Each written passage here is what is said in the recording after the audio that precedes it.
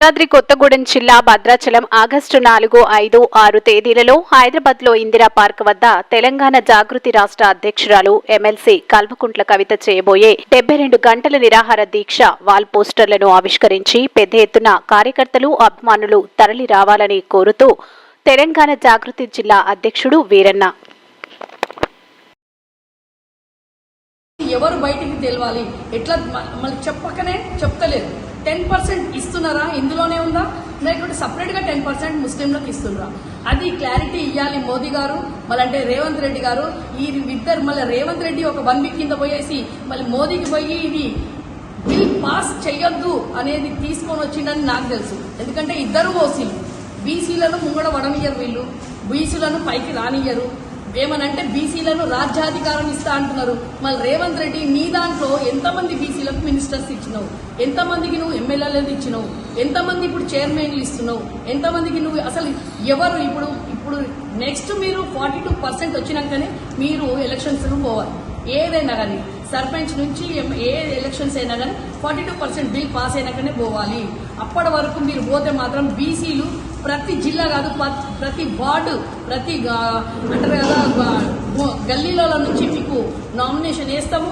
బీసీలను మాత్రం అనగదొక్కడానికి చూస్తున్నాడు రేవంత్ రెడ్డి మోదీ కాబట్టి ఈ రోజు మనం గట్టిగా ప్రయత్నం చేస్తే ఖచ్చితంగా మనకు బీసీ బిల్ పాస్ కావాలి దాని తర్వాతనే ఎలక్షన్లలో పోవాలి మన కవితక్కకు ఒక ఆడబిడ్డ ముందుకొచ్చింది బతుకమ్మ మన ఉద్యమాలలో ముందు బతుకమ్మ ద్వారానే ఈ ఉద్యమము ఈ తెలంగాణ అనేది తీసుకొని వచ్చినాం కానీ ఈ రోజు రేవంత్ రెడ్డి తన ఏంటంటే మన తెలంగాణ తల్లిల నుంచే బతుకమ్మను వేరు చేసిండు ఆ రోజు కూడా కవితక్క కాదు కూడా ప్రతి ఆడబిడ్డకు కూడా మనసు నొప్పించే చాటలు చేసాడు ఈ రోజు బతుకమ్మను తీసేసి అదే బతుకమ్మ మళ్ళీ బీసీ బిల్ కోసం వచ్చింది ఇప్పుడు మళ్ళీ కవితక్కను అంటే కవితక్క రాకుండా మరి ఎవరు వస్తున్నారు దీంట్లో బీసీలలో ఎవరొచ్చి దీన్ని ముందుకు తీసుకొని పోవాలి అంటే కవితక్క ఓసీ అని చెప్పేసి దీంట్లో రావద్దని చెప్పేసి ఒక ఆడామే ఏం చేయగలుగుతావు అని మొన్న పొన్నం ప్రభాకర్ కూడా ఒక మినిస్టర్ అయ్యి ఏం మాట్లాడుతున్నాడు అసలు మినిస్టర్స్ లెవెల్లో పోయే మాట కూడా లేదు వస్తే అందరు వచ్చి బీసీలకు మద్దతు ఇవ్వండి అంటే బీసీలు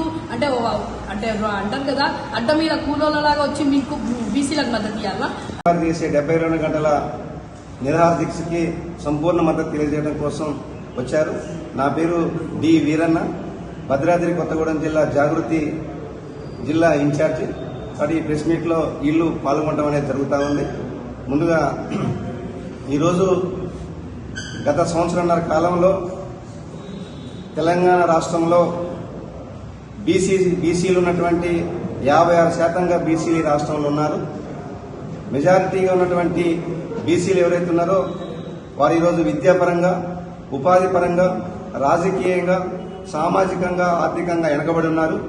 మరి వారందరినీ ఈరోజు పంచాయతీ బోర్డు సర్పంచ్ నుంచి పార్లమెంట్ వరకు ఈరోజు నాయకులుగా తయారు కావాలి, తద్వారానే ఈరోజు బీసీలు అభివృద్ధి చెందుతారని చెప్పని భావించి కల్వకుంట్ల కవితమ్మ గారు గత 16 నెలల నుంచి సంవత్సరన్నర కాలం నుంచి ఈ రాష్ట్రంలో బీసీ 42% రిజర్వేషన్ అమలు కావాలని చెప్పని ఏదైతే కాంగ్రెస్ పార్టీ ఎన్నికలకు ముందు కామారెడ్డిలో ప్రకటించింది ఆ కామారెడ్డి డిక్లరేషన్ ని బట్ట బయట పెట్టి ఈరోజు వెన్ను తట్టి ముళ్ళుగర్రతోటి వెంటబడి మరి ఈరోజు సాధించడంలో కల్వకుంట్ల కవితమ్మ గారు చాలా కీలక పాత్ర పోషించారు. కాబట్టి ఏదైతే బీసీలకి 42% రిజర్వేషన్ సౌకర్యం కల్పించాలని చెప్పని కామారెడ్డి డిక్లరేషన్ అమలు చేయాలని చెప్పని కవితమ్మ గారి నేతృత్వంలో గత సంవత్సరం కాలం నుంచి దశల వారీ పోరాటాలు సాగుతా ఉన్నాయి. అందులో భాగంగానే రేపు 4, 5, 6, 7 తారీఖులలో హైదరాబాద్ లో ఇందిరా పార్క్ వద్ద నిరాహార దీక్షకి ఈరోజు శ్రీకారం చుట్టడం అనేది జరిగింది. ఈ రాష్ట్రంలో బీసీ డిక్లరేషన్ ని వెలికి తీయడంతో పాటు కాంగ్రెస్ పార్టీ దాన్ని అమలు చేస్తావా చేయవా అని చెప్పని వెన్ను తట్టి లేపింది ఈరోజు కల్వకుంట్ల కవితమ్మ గారు.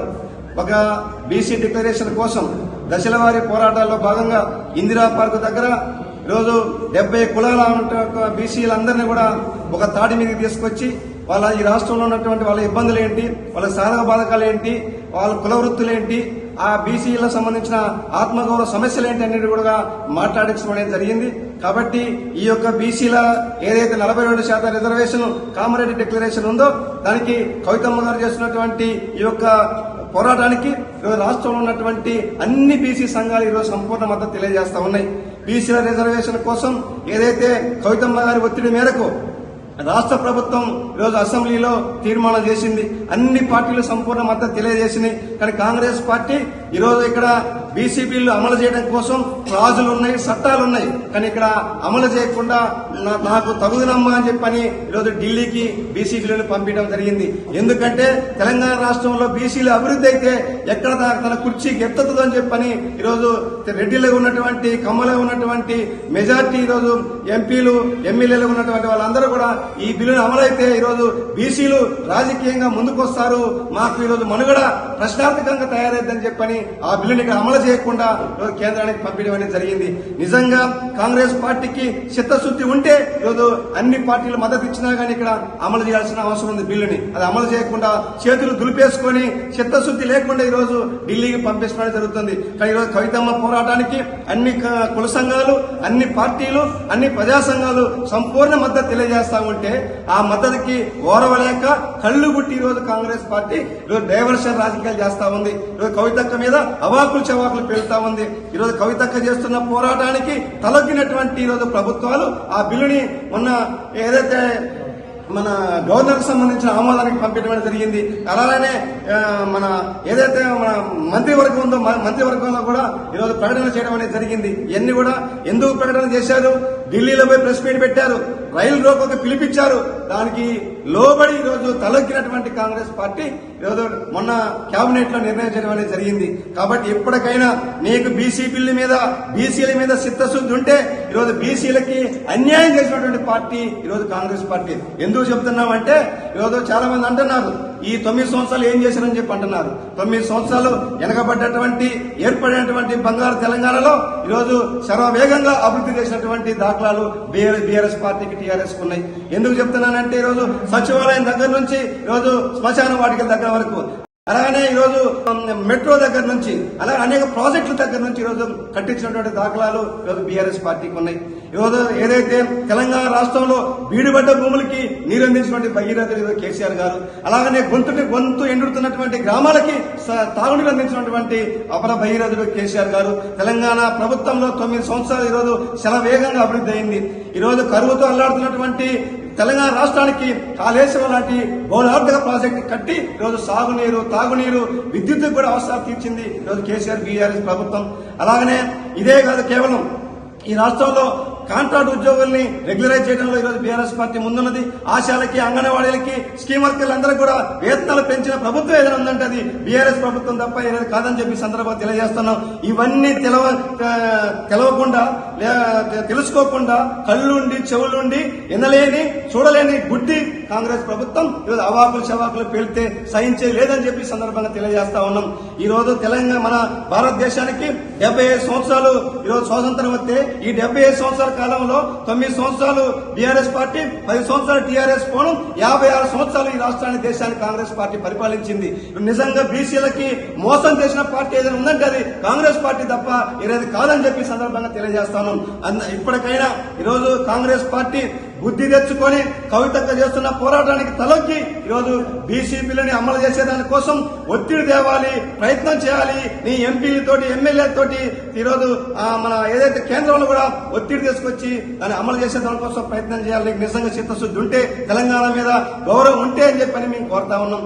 ఈ రాష్ట్రంలో బీసీలో అభివృద్ధి కాకుండా బంగారు తెలంగాణ అభివృద్ధి కాదు అని చెప్పి గ్రహించినటువంటి కేసీఆర్ బాబు, కేసీఆర్ బీఆర్ఎస్ ప్రభుత్వం ఈరోజు బీసీల కోసం కుల వృత్తులు ప్రోత్సహించిండు, ఆత్మ భవనాలు కట్టించిండు. ఈరోజు బీసీల కోసం అనేక ప్రయత్నాలు చేసినటువంటి ఈరోజు బీఆర్ఎస్ పార్టీ ఈరోజు దాన్ని అమలు చేయమని చెప్పి, ఆ బిల్లుని అమలు చేయమని చెప్పి కొట్లాడుతా ఉంటే రాజకీయం చేస్తామని చెప్పని ఈరోజు మాట్లాడుతున్నారు. కవితక్క బీసీ కదని చెప్తున్నారు. నువ్వు బీసీనా? నీ రేవంత్ రెడ్డి బీసీనా? అలాగే నీ రాహుల్ గాంధీ బీసీనా? మరి ఎందుకు మాట్లాడుతున్నారు బీసీల గురించి? కవితక్క ఎందుకు మాట్లాడకూడదు? బీసీల కోసం మాట్లాడితే, ఎస్సీల కోసం మాట్లాడితే, ఎస్టీల కోసం మాట్లాడితే వాళ్ళ కుల సంఘం నాయకులు అయితే ఆ ఉద్యమాలు చేసేవాళ్ళు తప్ప రాజకీయ నాయకులు కారు. ఈరోజు అన్ని వర్గాల ప్రజల కోసం మాట్లాడేటోళ్ళు రాజకీయ నాయకుడు. కవితక్క కుల ఏ ఒక్క కుల సంఘానికి నాయకురాలు కాదు, ఏ ఒక్క కుల సంఘానికి ప్రతినిధి కాదు, ఆమె రాజకీయ నాయకురాలు. అందుకనే అన్ని వర్గాల ప్రజల కోసం మాట్లాడింది. ఇది తెలుసుకోవాలని చెప్పి కాంగ్రెస్ పార్టీకి ఇది మేము హితవు చేస్తా ఉన్నాం.